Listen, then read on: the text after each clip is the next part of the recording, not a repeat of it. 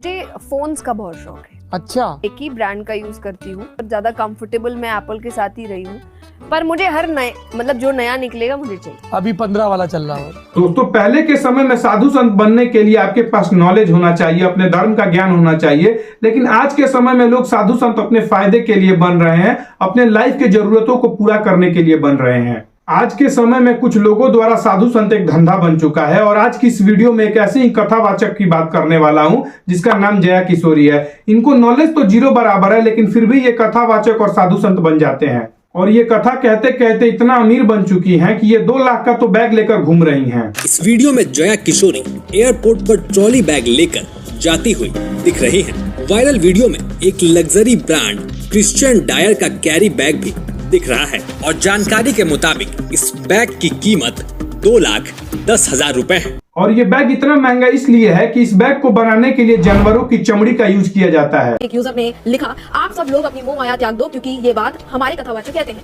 मगर आपको जानकर हैरानी होगी कि ये सब कहने वाली जया किशोरी जी क्रिश्चियन डियोर का बैग इस्तेमाल करती हैं। इस बैग की कीमत आपको तस्वीर में दिखाई दे जाएगी, लेकिन धक्का तो आपको ये जानकर लगेगा कि इस कंपनी के प्रोडक्ट में गाय की चमड़ी तक का प्रयोग किया जाता है। और इस पे जया किशोरी सफाई देती हैं कि ये बैग कस्टमाइज कराया हुआ है और इस बैग में जानवरों की चमड़ी नहीं मिलाया हुआ है। इस बारे में 2-3 चीजें मैं कहना चाहूंगी।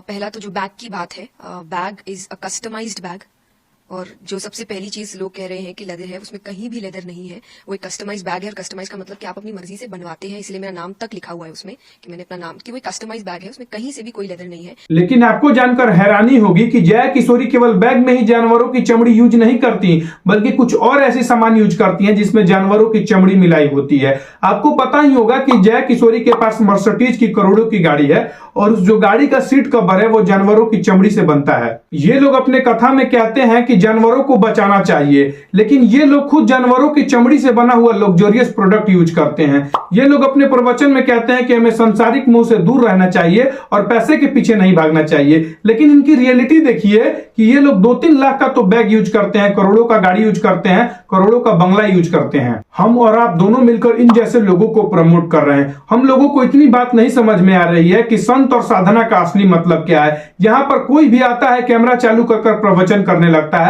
लेकिन हम ये भी नहीं समझ पाते हैं कि हमें किसकी कथा सुननी चाहिए और किसकी कथा नहीं सुननी चाहिए। हमारे भारत के लोग धर्म के मामले पर इतने अंधे हो चुके हैं कि वो किसी की बातों को सुनने लगते हैं, किसी की बातों को फॉलो करने लगते हैं, लेकिन हमें इतनी सी बात नहीं समझ में आती कि हमें किसको सुनना चाहिए और किसको फॉलो करना चाहिए। मेरे हिसाब से असली संत वो है जो संसार के मुंह को छोड़कर संसार के हित के लिए काम करे, ना कि धर्म का सहारा लेकर अपनी जरूरतों को पूरा करे। जो लोग धर्म के नाम पर अपनी जरूरतों को पूरा करते हैं वो लोग संसार का कभी भला नहीं कर सकते हैं। और ऐसा भी नहीं है कि केवल हिंदू धर्म में ऐसा हो रहा है, बल्कि सभी धर्मों का यही हाल है। कुछ लोगों ने धर्म को धंधा बना लिया है। अभी जाकिर नायक ने महिला को लेकर कुछ ऐसा बयान दिया है जिसे सुनकर आपको काफी ज्यादा शर्मिंदगी महसूस होगी। पहला ऑप्शन है कि वो ऐसे मर्द से शादी करे जिसकी बीवी ऑलरेडी है, या वो बाजारी औरत बन जाए। बाजारी औरत इतना सख्त लफ्ज, मैं इंग्लिश में बोलता हूँ पब्लिक प्रॉपर्टी, लोग एतराज देते हैं। मैं कहता हूँ इससे अच्छा लफ्ज मेरे पास ही नहीं। तो आप कोई भी एक अच्छी खातून को पूछेंगे, अगर आपको शादी के लिए कोई मर्द ऐसा नहीं मिल रहा जिसके पास कोई बीवी नहीं है, और 2 ऑप्शन आपके पास है, ऐसे मर्द से शादी करो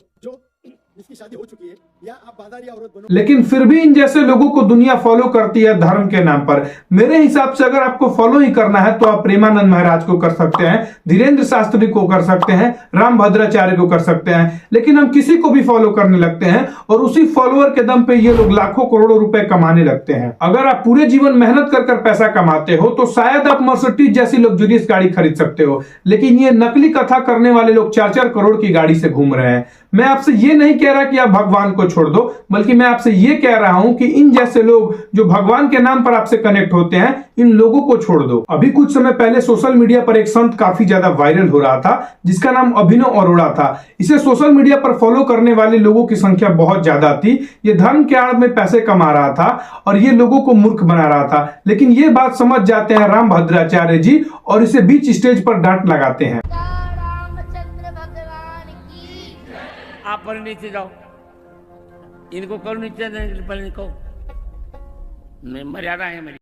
इसके बाद इसको सोशल मीडिया पर हेट मिलने लगा। इसको नॉलेज तो जीरो बराबर था। इसका अंदाजा आप इस इंटरव्यू से लगा सकते हैं। भगवान कृष्ण का जो नाम कृष्ण है, वो उसका अर्थ क्या है? कृष्ण का मतलब क्या होता है? और कृष्ण किस नाम भाषा का का बहुत शब्द है ये? सुंदर अर्थ है जी, इसीलिए मैं आपसे कहता हूं कि आप इन जैसे ढोंगी बाबा का साथ छोड़िए। अगर हमारा प्रयास अच्छा लगा हो तो इस वीडियो को लाइक और चैनल को सब्सक्राइब कीजिए। आपके एक सब्सक्राइब करने से हमें आपके लिए और वैल्यूएबल कंटेंट बनाने का मोटिवेशन मिलता है। तब तक के लिए जय हिंद, जय भारत, धन्यवाद।